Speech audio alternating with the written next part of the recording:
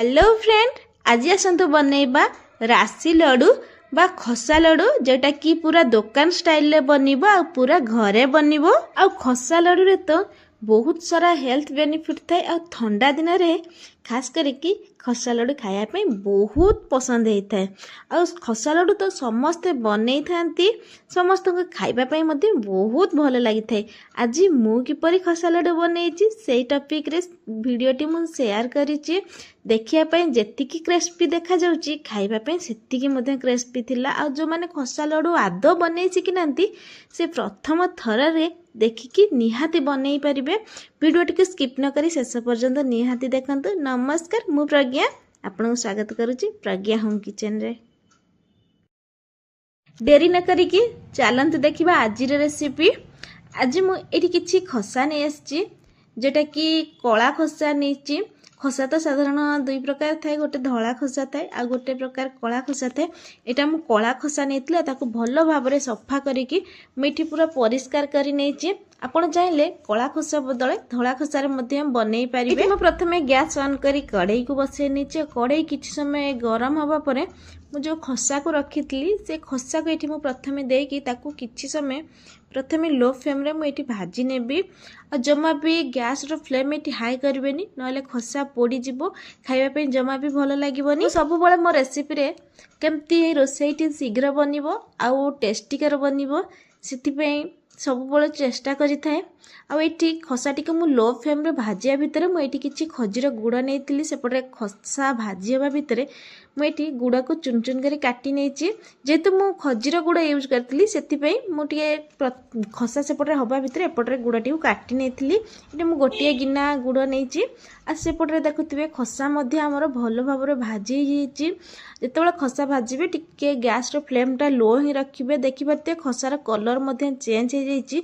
आ खसाटी जेतेबेले भाजी हे जिवो सेतेबेले गोटे बहुत बढ़िया वासना हेଥାଏ, जानिबे खसा हमर भलो भाबरे भाजी हे जाइछि। ताको मु भाजी ने की साइड करी नेछि। एबे से कड़ाई रे मु गुड़ को देइतली, ता सो किछि पानी अल्प पानी देइतली, माने 3 रु 4 चम्मच पानी देकी से गुड़टी को मेल्ट हवा पई छाडी देछि। पानी देवा द्वारा मो गुड़टी भलो भाबरे आ शीघ्र मेल्ट हे जाइथाय मध्य। देखि पारथिबे गुड़टी हमर बहुत भलो भाबरे मेल्ट हे जाइछि।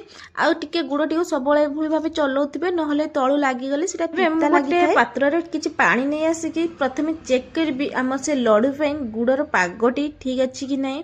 देखि पाते गुड़टी दबा द्वारा गोटे जगार ही रहूची, माने गुड़टी जमा खेले ही कि रहूनी। तापर एठी जेतेबेले भी गुड़टी पानी रो आनिबे प्रथमे टिके नरम लागिबो, जस्ट 2-3 सेकेंड परे से गुड़टी पूरा टाण देखाबो। देखि पाते जेंति भांगी देले सेटा भांगी जाउथबो, जानिबे हमर पागटी भलो भाबरे हेई जाइछि। ठीक से समय रे भाजी की रखिथिबा खसा को मु एथिरे अल्प अल्प करके देबी।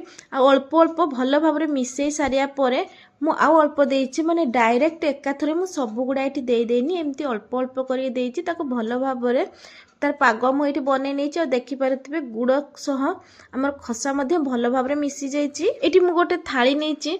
आ थाली रे तेल लगै देइथिली मध्ये, तेल लगैबार क्लिपटा मो पाखरे मिसी जाइछि। आपण माने भी जेतेबेले खसाटे से थाली को ढाळिबे से समय रे से थाली रे ता आगुरु टिके तेल लगै देथिबे। तेल लगैया द्वारा हमर खसाटी से थाली रे जमा भी चिपकिबोनी, खसाटी से थाली रे लागिबोनी। एबे ताको मु सेमती माने से गरम अवस्था रे की खेळे नेछि। आ एठी मु गोटे रखिछि कुकीज कटर, माने पानपत्र स्टाइल पई आपण जदि चाहिबे गोल गोल मध्ये बनै पारिबे। से ठीक से गरम थिबा अवस्था रे की मेई परी छोट छोट पानपत्र रे शेप दे देछि, जहा फले कि बहुत सुंदर देखा जाइथाय। आ छुआ माने खाया पई बहुत पसंद करिथांती मध्ये। जो पानपत्र शेपटा देछि एटा ठीक गरम थिबा अवस्था रे करिबे। आ ठंडा हे गेले जमा भी हेबनी। आ गरम अवस्था रे तार टिके चिन्ह दे देबे। ठंडा हे गेला परे से आपे आपे थाली रु बाहरी आसीबो। आपण चाहिले भी एमती गोल गोल मध्ये करि परिबे, सेटा भी मध्ये गरम अवस्था रे ही करिया को पड़िबो। ठंडा हे गेले जमा भी सेगुडा हबनी।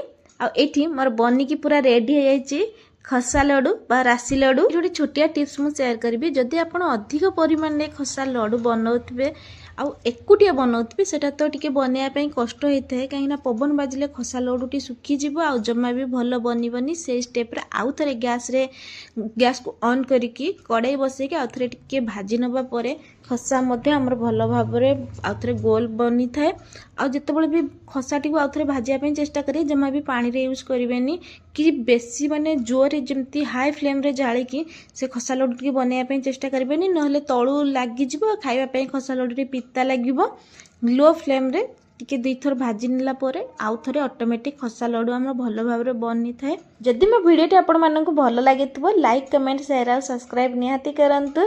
फेसबुक रे किंबा इंस्टाग्राम रे देखुतले फॉलो तो निश्चय करंतु। को शेप्ट आपन को पसंद आला सेटा भी कमेंट करंतु। रहिली देखा आ गोटे नुआ वीडियो।